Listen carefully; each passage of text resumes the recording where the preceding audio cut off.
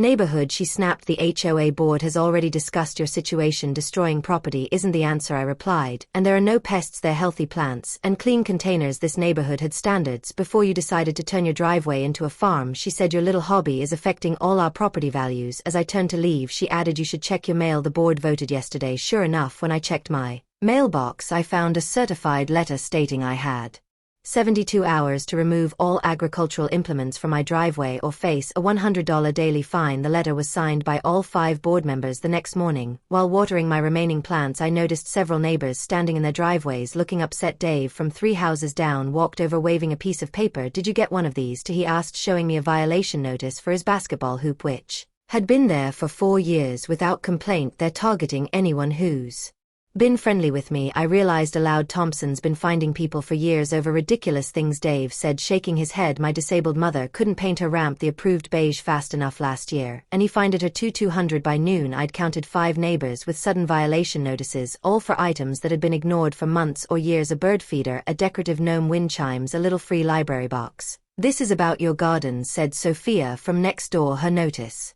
citing unapproved landscaping for flowers she'd planted 2 summers ago. Patricia's been bragging at book club about cleaning up the neighborhood, starting with your farm problem. I invited everyone over that evening. To my surprise, 8 neighbors showed up, each with stories about Richard and Patricia's selective enforcement of rules. They only care about rules when it benefits them, said James, who had lived in the neighborhood for 20 years. Richard built a shed 2t larger than allowed, but the board granted him a special exception, and Patricia's koi pond required a variance, added Sophia, which was approved in record time. We agreed to attend the next HOA meeting together and challenge the board's tactic. Strength and numbers seemed like our best strategy. When everyone left, I researched selective enforcement of HOA rules and documented every inconsistency in our neighborhood with photos and dates. I was building a case. The next morning, a landscaping truck parked in front of my house. 2 men in uniforms approached my door. HOA sent us to remove unauthorized plantings, the taller one said, handing me a work order signed by Richard. You don't have permission to touch anything on my property, I replied firmly. Please leave now. They looked at each other uncertainly. We were told the homeowner had been notified. The second man said, I've received notices, but I'm contesting them as selective enforcement. I explained, if you remove anything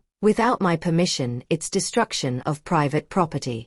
They eventually left, but an hour later I received an email from Richard. Your refusal to comply leaves us no choice but to pursue all available remedies. That afternoon, while working from home, I noticed Patricia leading 3 women on a tour of the neighborhood. When they reached my house, Patricia pointed dramatically at my driveway garden, and the women shook their heads in apparent disgust. That evening, another certified letter arrived, this time a formal cease and desist threatening legal action if my agricultural activities weren't terminated within 48 hours. I called the county housing authority immediately and spoke with a clerk named Marcus. HOAs have power, but they're not above the law, Marcus explained. I suggest you check if your subdivision has any agricultural heritage protections in its original plan. Agricultural heritage? I asked. Many developments here were built on former farmland, Marcus explained. Some have special clauses protecting residents' rights to grow food, usually in the original covenants. I thanked him and immediately drove to the county records office. Reaching it just before closing time, the clerk helped me locate my subdivision's original documents from 1992. Flipping through dusty pages, my heart raced when I found Section 8. In accordance with County Agricultural Heritage Protection Act, homeowners retain the right to cultivate food-producing plants on their property provided such cultivation does not create hazardous conditions. I took photos of every page with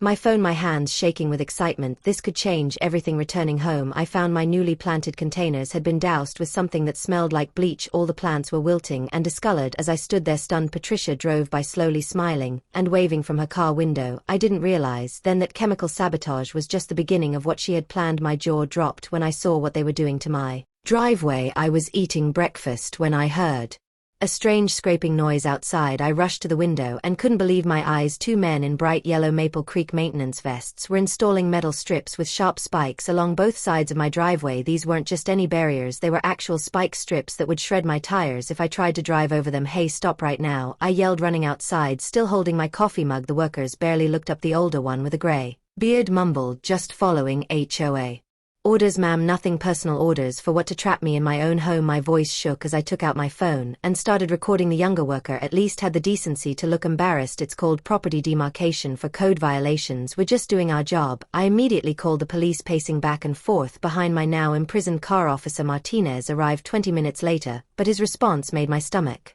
"Sink, I understand you're upset," he said, flipping through his notepad.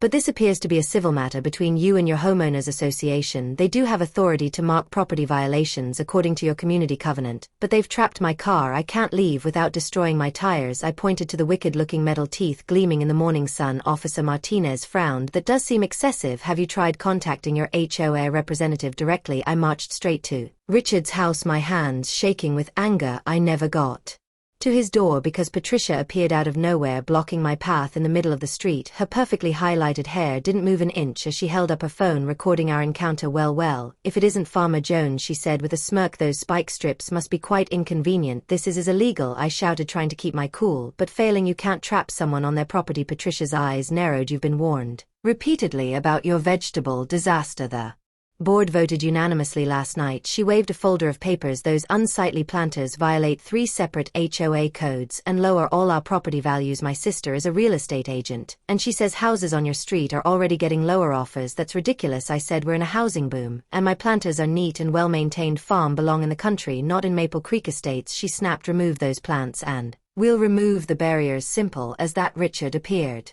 behind her, arms crossed. "We've had complaints from 7 different homeowners. This isn't personal.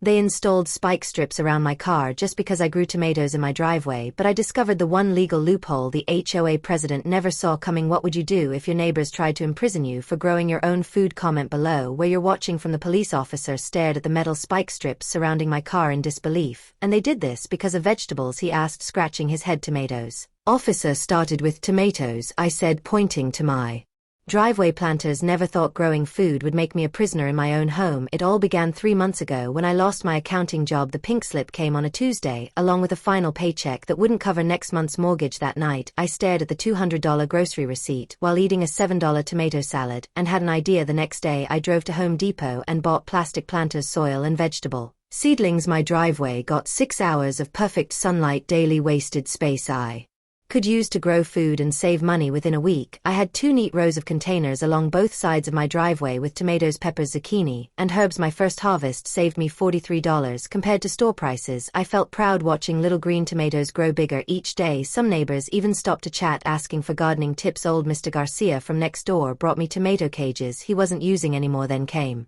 the camera clicks. Patricia Wilson from across the street stood on her perfectly manicured lawn taking photos of my driveway garden. Her blonde bob didn't move in the breeze as she snapped picture after picture. "Beautiful day, isn't it?" I called out with a friendly wave. Patricia's smile was tight. "Just documenting some concerns for the community meeting," she replied, turning sharply and walking away in her tennis whites. That evening an email appeared in my inbox from Richard Thompson, president of Maple Creek Estates Homeowners Association. "Attention homeowner at 476 Oakwood Drive. Residential properties must maintain aesthetic standards according to our community guidelines. Your driveway setup violates Code 15 with 3. Please remedy within 7 days." I immediately opened our HOA handbook, flipping through all 43 pages. Twice. "Nothing specifically prohibited container gardens anywhere on property." Section 153 only mentioned keeping driveways clear of long-term storage items. These weren't storage items, they were actively growing food. The next morning I found a handwritten note taped to my mailbox. "Gardens belong in backyards, not where everyone has to see them. Concerned neighbor." The handwriting matched Patricia's flowing script from last year's Christmas card. When I took my trash out later, Patricia and Richard stood talking at the corner. Richard pointed toward my house, shaking his head. Patricia nodded eagerly. They both smiled when they saw me looking. 3 days later a formal letter arrived citing my agricultural activities as inconsistent with our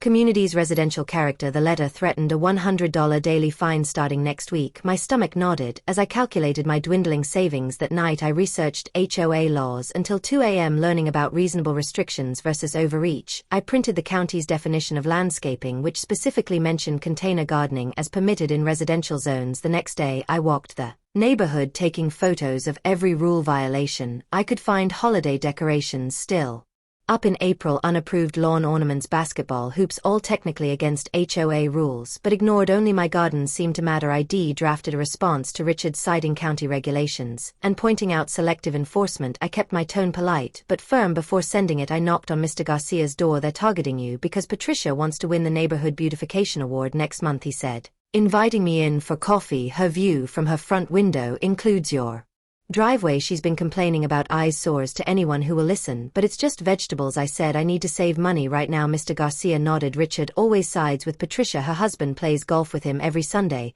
He leaned forward. But they've made enemies. The Johnsons moved out last year after being fined for their daughter's wheelchair ramp being the wrong shade of beige. I sent my response letter with copies of my research attached. 2 days of silence followed. Then early Saturday morning the doorbell rang. Richard stood there in a polo shirt embroidered with the HOA logo, Patricia right behind him. We've received your response, Richard said, not quite meeting my eyes. The board has decided to schedule a special hearing about your situation. This isn't personal, Patricia added, though her tight smile suggested otherwise. We just care deeply about maintaining our community standards. Property values affect everyone. I noticed Patricia's phone partially hidden behind her purse recording our conversation. I understand caring about our community, I said calmly. That's why I'm growing healthy food instead of letting my driveway sit empty. Nothing in our bylaws prohibits container gardens. Richard's face reneged. The board interprets the rules, not individual homeowners. The hearing is Tuesday at 7 p.m. As they walked away, I heard Patricia whisper, I told you they wouldn't cooperate. That afternoon I found 5 neighbors with notes on their doors about minor violations, all people who had stopped to admire my garden. Someone was sending a message. I stayed up late again researching my rights and discovered something that made me sit up straight. Our county had a little-known grow your own initiative that protected home food production. Could this help me? As I dug deeper into county records, I had no idea just how far Patricia and Richard would go to win this fight. Did you really think they just accept a vegetable garden in our neighborhood? My sister asked over the phone. I was sending her videos of my destroyed planters, dirt and young plants scattered across my driveway. You won't believe what happened, I told her, my voice shaking. I went to buy groceries for just an hour and came back to this. The security camera I'd installed after finding the note on my mailbox had caught everything. Patricia's son Tyler and 2 other teenagers had ridden their bikes down my driveway, deliberately kicking over 2 large planters of tomatoes and peppers. On the video you could clearly hear Tyler say, Mom says these need to go. The boys laughed as soil and broken plants spilled everywhere. I was still cleaning up the mess when a police car pulled up. Officer Davis stepped out looking uncomfortable. Someone reported suspicious activity at this address.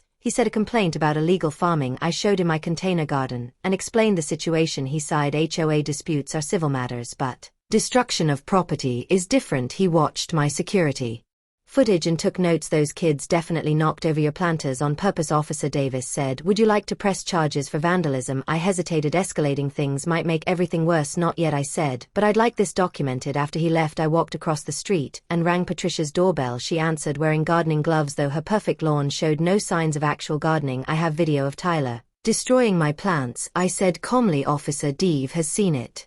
To Patricia's face flushed, but her expression remained cold. Those plants are an eyesore and attracting pest to the.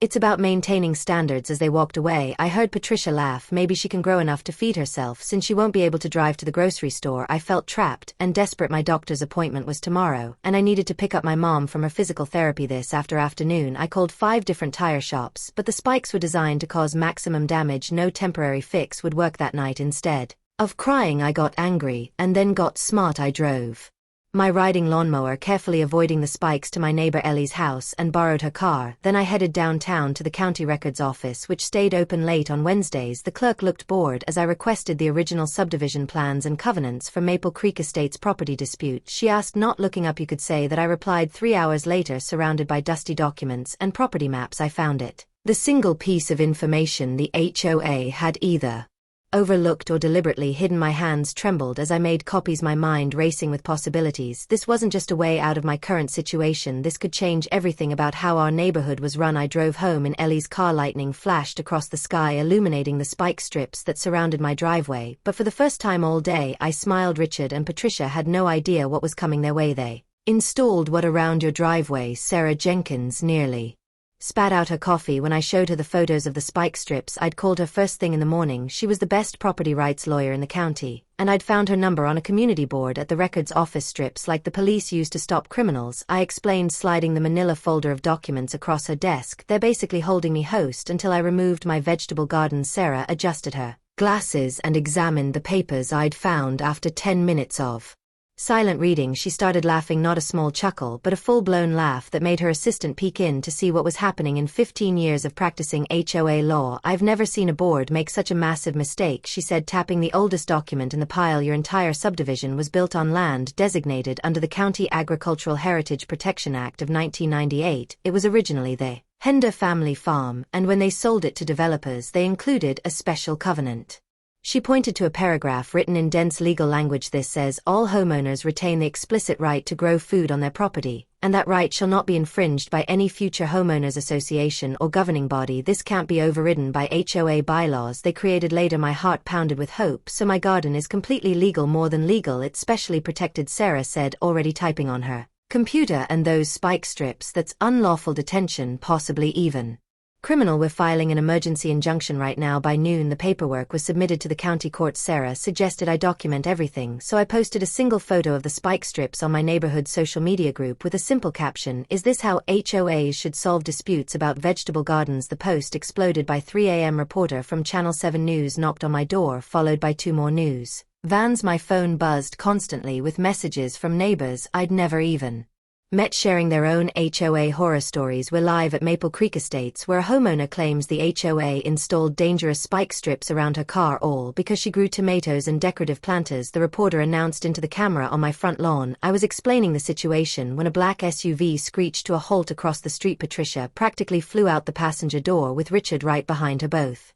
looking like they'd swallowed lemons. "Turn those cameras off," Richard shouted, storming across my lawn. "This is a private neighborhood matter." The reporter, sensing drama, signaled her cameraman to keep rolling. "Mr. Thompson, as HOA president, did you authorize the installation of these tire puncturing devices?" Patricia pushed in front of the microphone. "This is completely one-sided. She's violated multiple community standards with that eyesore." She pointed dramatically at my neat row of planter boxes where cherry tomatoes ripened in the sun. "Those eyesores help feed my family," I said calmly, knowing my composed response would contrast with their anger. "And nothing in the HOA guidelines prohibits container gardens." The cameras followed as Patricia and Richard retreated, then marched up my walkway. Once the news crew left for their next appointment, Patricia's perfectly manicured nail jabbed toward my face. "You're making us look like monsters on social media," she high